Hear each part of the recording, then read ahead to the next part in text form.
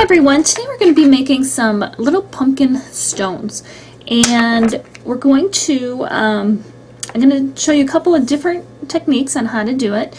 I was having problems doing it, so I had tried a couple of different ways, and I think that I figured out a way.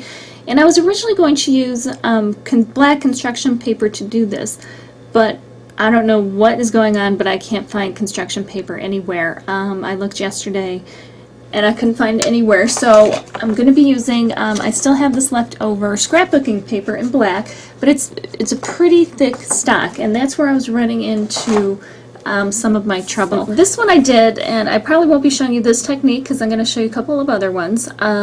This one is very basic. It's the glass stone, and on the back I just did orange nail polish. And then on the front I glued on the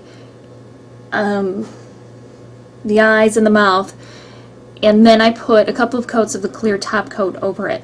And I like the way that turned out, but I really wanted to have the black underneath the glass. So this is how we're going to do it. I prepared 3 different ones, and you can see them, and they are dried now.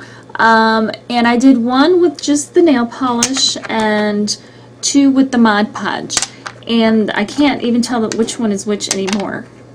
Maybe this one is the nail polish, but I'm not sure, because the Mod Podge does dry clear, so the technique is the same whether you're using the nail polish or the Mod Podge for that first top coat. So I'm going to do the Mod Podge, but you can do it either way. And with the scrapbooking paper being so thick, that's where I had the problem with having the mouth lay flat. The eyes were no big deal. All you do is cut 2 small triangles, and the mouth you cut kind of a semicircle, and then you're going to kind of just keep trimming it as you go. It doesn't have to be a straight smile.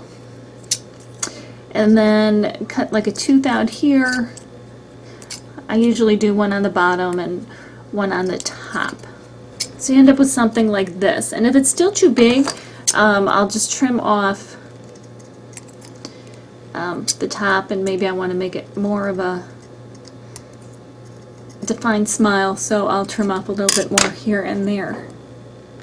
So there we have it. It fits on our stone, and then we have our eyes. So that's how it's going to be. Basically the technique is decoupage, and the technique, the way I learned it, was because paper will usually bubble and you'll get air bubbles underneath it and stuff like that. The best way to do it is to take your paper, and this is how I do it for all my decoupage stuff, is put it in water. It could be warm water, it could be cold water, doesn't matter.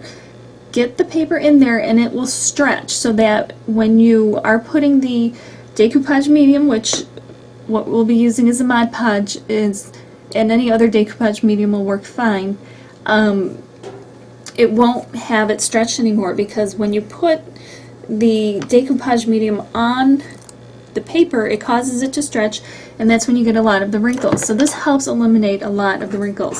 So what I do is I take the Mod Podge, put a little on my brush, and put it on the back of the stone. Just make sure the back of the stone is clean.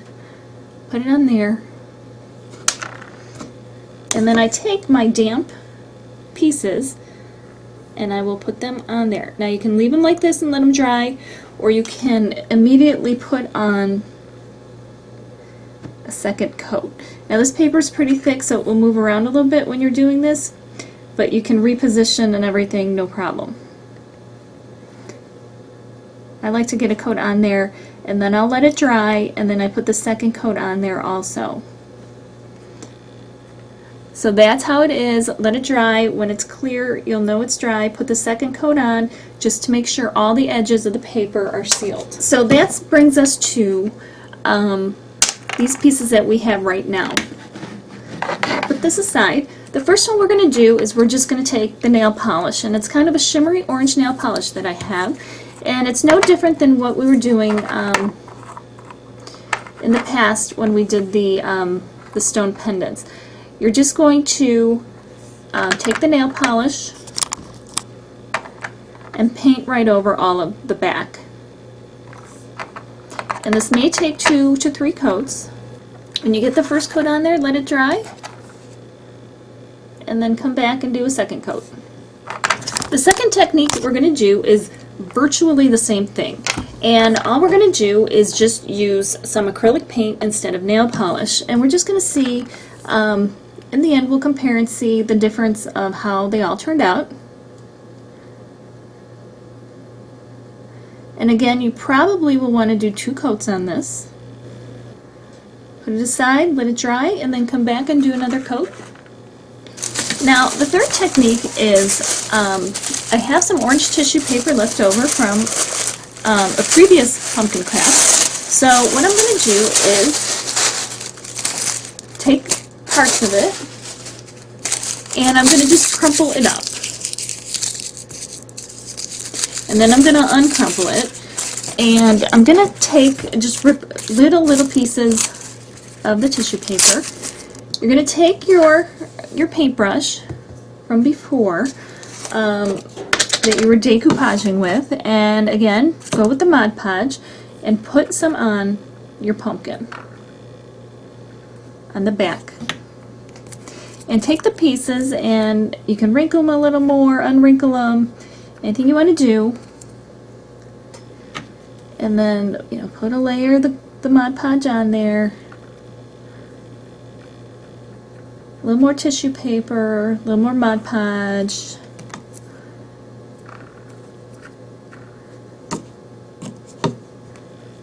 And keep layering it and layering it until you have it covered.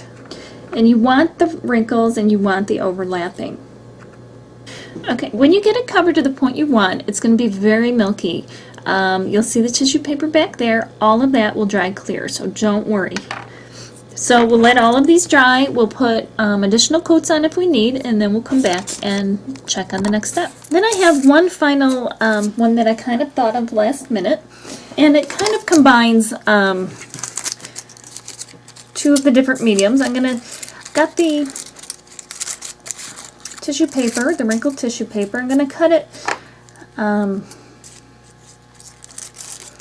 around the glass stone that I'm going to use it on. And then I'm going to give it another extra wrinkle again and spread it out again. So on this one, we're going to kind of combine 2 things. We're going to take the nail polish and put a layer down on the whole thing, as we had done before.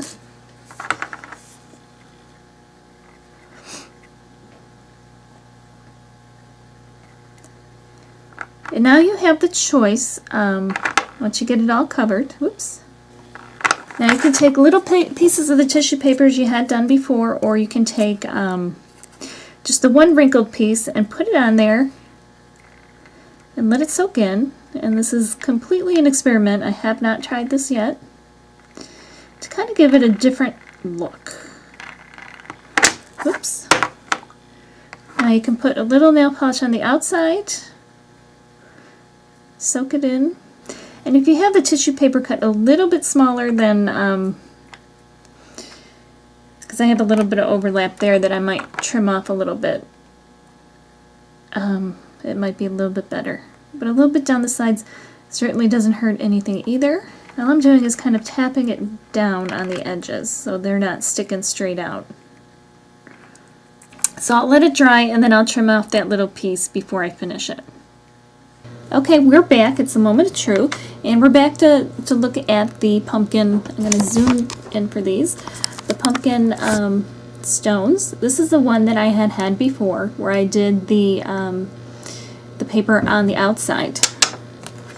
This is the one where we did just the acrylic paint on the back. We glued the face in, and then we just did the plain acrylic paint on the back. Now I will be putting a protective coat on the back of all of these. So that's that one. So that gives it kind of a flatter look. This one isn't 100% dry, but it's pretty dry. And this was the one with the tissue paper, the little pieces of wrinkled tissue paper that we put on there. So you can see the white cloudy parts. That's because the glue was pretty thick on here. So overnight that'll be completely dry, but that gives it a little bit of a different look too, because it's a little bit, I have black glitter everywhere, so I'm sorry for that. It almost gives it a little bit of a see-through look to it. And then this is the one that was the nail polish, which is pretty shimmery, and that's cute. I like that one a lot. And this one might be my favorite. This is the one that I kind of last minute thought of. And this is the one where it had, I did the nail polish and then the tissue paper on there to give it a little bit of texture.